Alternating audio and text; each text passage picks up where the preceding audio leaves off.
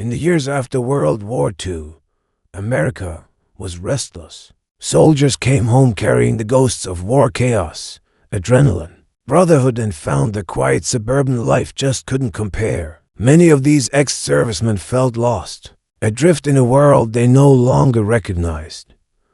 But some found solace in the thunderous roar of a motorcycle engine and the endless, open highways of California. It was in this world of speed, steel, and rebellion that a small group in the San Bernardino area decided to form a motorcycle club in 1948. They called themselves the Hells Angels, a name borrowed from the fierce bomber and fighter squadrons of the war.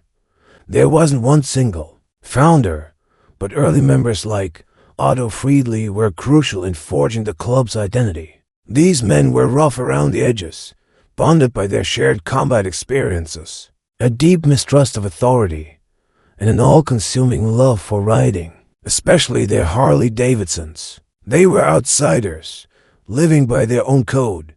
The club started as just one chapter, but word of their existence traveled fast along the sun-baked California roads. Soon, new chapters began popping up across the state. Each one was independent, but they were all connected by the same values: loyalty, freedom, and the rumble of a V-twin engine. By the mid-1950s, the Hells Angels were making a name for themselves. They weren't just another group of bikers. They were a brotherhood living outside the lines. Their world was about to change forever in 1957, when a young, charismatic rider named Sonny Barger helped organize the Oakland chapter. Barger had a natural talent for leadership and a knack for discipline. Under his guidance, the Oakland chapter became the club's unofficial headquarters. He introduced a structured, military-like organization with officer positions, strict rules, and a formal membership process that remains in place to this day. Barger didn't just lead a chapter. He shaped the very soul of the Hells Angels for decades to come. As the 1960s dawned, so did a cultural revolution. California was the epicenter of the counterculture, and the Hells Angels found themselves right in the middle of it. With their leather jackets, long hair, and defiant attitude, they became symbols of rebellion. The media was fascinated. To some, they were dangerous outlaws. To others, they were romantic anti-heroes. Hunter S. Thompson's groundbreaking 1966 book, *Hells Angels*, gave the world an unfiltered look inside their lives, portraying them as complex, gritty, and fiercely independent.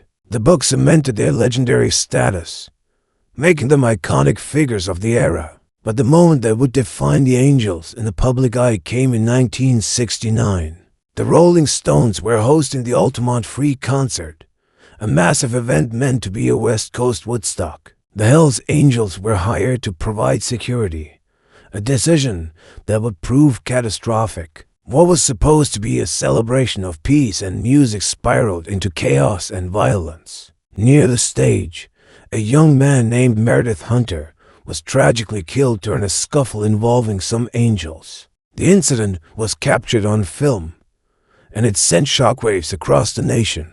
The idealism of the 1960s died that day at Altamont, and a long, dark shadow was cast over the Hells Angels' name. From then on, they would live with a dual identity, guardians of a sacred brotherhood to those inside, and symbols of danger to the world outside. Despite the controversy, the Hells Angels didn't just survive, they thrived. During the 1970s, the club exploded beyond California's borders. Chapters sprang up across the United States in Nevada, New York, Florida, and beyond. The sense of identity within the group was incredibly strong. To its members, the club was family. They had their own rituals, their own laws, and a culture built on loyalty, motorcycles, and mutual protection. Becoming a member was a long, difficult journey, designed to weed out the weak and ensure that only the most dedicated earned their patch. And the expansion didn't stop at America's edge. The Angels went global. They established a powerful presence in Canada, which led to one of the darkest chapters in their history. In Quebec during the 1990s, a brutal conflict with a rival club, the Rock Machine, erupted into the Quebec Biker War. It was a bloody, decade-long struggle that claimed over 150 lives and prompted a massive police crackdown. The violence was a stark reminder of the high stakes in the outlaw biker world. Meanwhile, in Europe, the Angels set up chapters in the UK, Germany, Scandinavia, and across the continent. This expansion wasn't always peaceful either. In Denmark and Norway, violent clashes with rival clubs made headlines and pushed governments to pass new anti-gang laws. The club also established a strong foothold in Australia, where they became a dominant force, often clashing with local groups. From New Zealand and Japan to Brazil and Thailand, the red and white patch of the Hells Angels became a global symbol. The small California club had grown into an international empire. This global presence, however, was full of contradictions.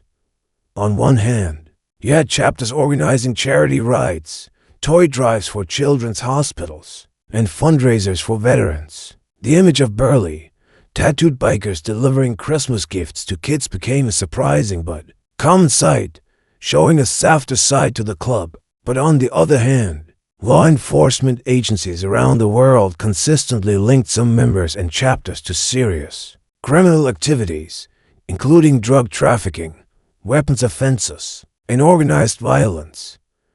It's important to remember that not every member was a criminal, but enough incidents occurred to keep the club under constant police surveillance for decades.